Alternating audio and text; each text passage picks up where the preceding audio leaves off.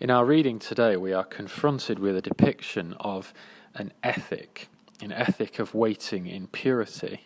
And this ethic is mentioned in both the epistles and in some of the parables in the Gospels. And the idea is that we have to expect Jesus' return and be prepared to be found in a state appropriate to a Christian, in a state of moral and spiritual purity. But straight away, the question I have hearing this is whether this is consistent with the Great Commandment, because it seems to me that purity is very distinct from love. Purity is defined negatively. It's being free from something conceived of as contagious or contaminating. It's fundamentally passive. The simplest way to remain pure is to do nothing and to stay out of danger of contamination. And there's an echo of this in the language of the epistle today. It says, be found at peace. We are the passive subject of the verb. We are being found. And the notion of purity as a non-contamination is further emphasized by the image of the final conflagration. Purity is perhaps something that renders us inflammable, i.e. unreactant, again, non-acting. By contrast, love seems more like something positive, something that we do, that we project out into the world, rather than something that results from withdrawal. Love seems like the kind of thing that seeks out the things that it is attached to, that steps into situations to change things. It doesn't shy away for fear of contamination. At its best, it aims at unity with or identification with its object. And so this seems like a conflict. And I think there are several solutions that we could present to this on the basis of the Christian tradition. One of them is to turn to mysticism and to say that these things both indicate mystical states. And if you have a look at the mystical tradition, you might identify two distinct kinds of mystical ecstasy. Minimizing or contractile ecstasy and maximizing or expansive ecstasy. And both of these kinds of ecstasy are a response to the notion that the ego is a problem, that if the center of our concern or the outline of our world coincides with our self-image, then this is selfishness. We are worshipping ourselves.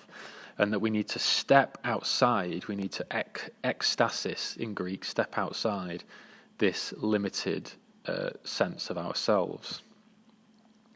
And the two ways to get around this are either to minimize the ego, to make ourselves small, as St. Therese of Lisieux argued, so that other people become visible, or to expand ourselves, so that our concept of ourself comes to include other people and we love them in the same way that we love ourselves. And these are both ecstasies standing outside of ourself. But I don't think that is the explanation of what's going on here. It's just too loose a fit for what's being said. It seems like we really are talking about purity here, and that isn't some oblique reference to a mystical state. Another way of explaining this text is to say that the reference to purity is not an ethic in and of itself, it's simply a rhetorical act of encouragement. That the Christians of the day were frustrated by the delay of the second coming, and that what they needed was an encouragement to stay within the faith, to not act out of it or to leave, and that explains the passive language. And I think there probably is something in that. I think there's something rhetorical going on here. But given that the idea of purity also occurs in the Gospel and elsewhere in the Bible, I'm not sure that that's the entire explanation. And so a third way is to talk about purity as a middle way, so that it isn't an entirely passive state, and it isn't a state that avoids the world completely. It's rather a state which goes out into the world in love, but refuses to be determined by its attachment to the world and the way it is. So it's a way of being in the world, but not of it. And I think that probably is the solution here.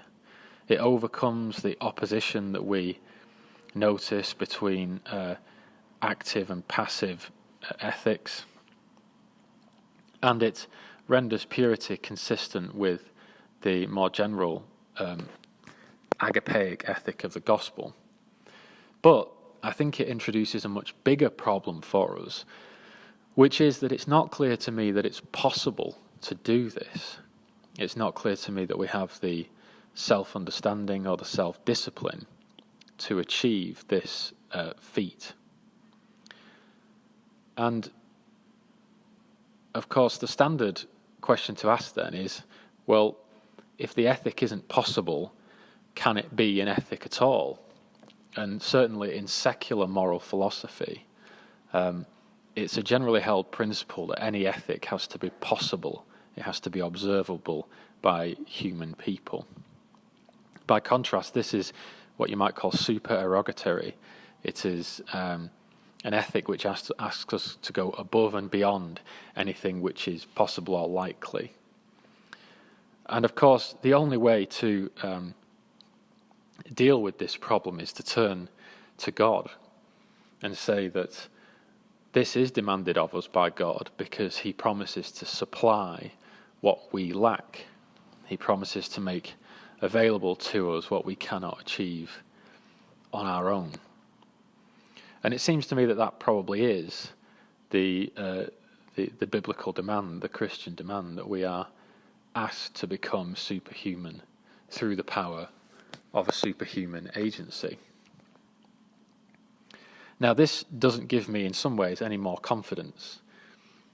It still seems to me that at the time when I'm required to rely upon this superhuman agency, upon God's strength, I may well fail to do so.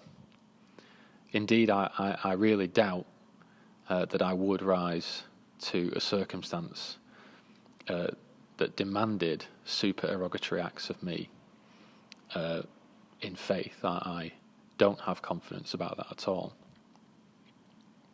And yet, nevertheless, that is consistent with the Christian worldview, that we are living in hope and attempting, as far as we're able, to trust in that hope and that it will be met from beyond our capability. Amen.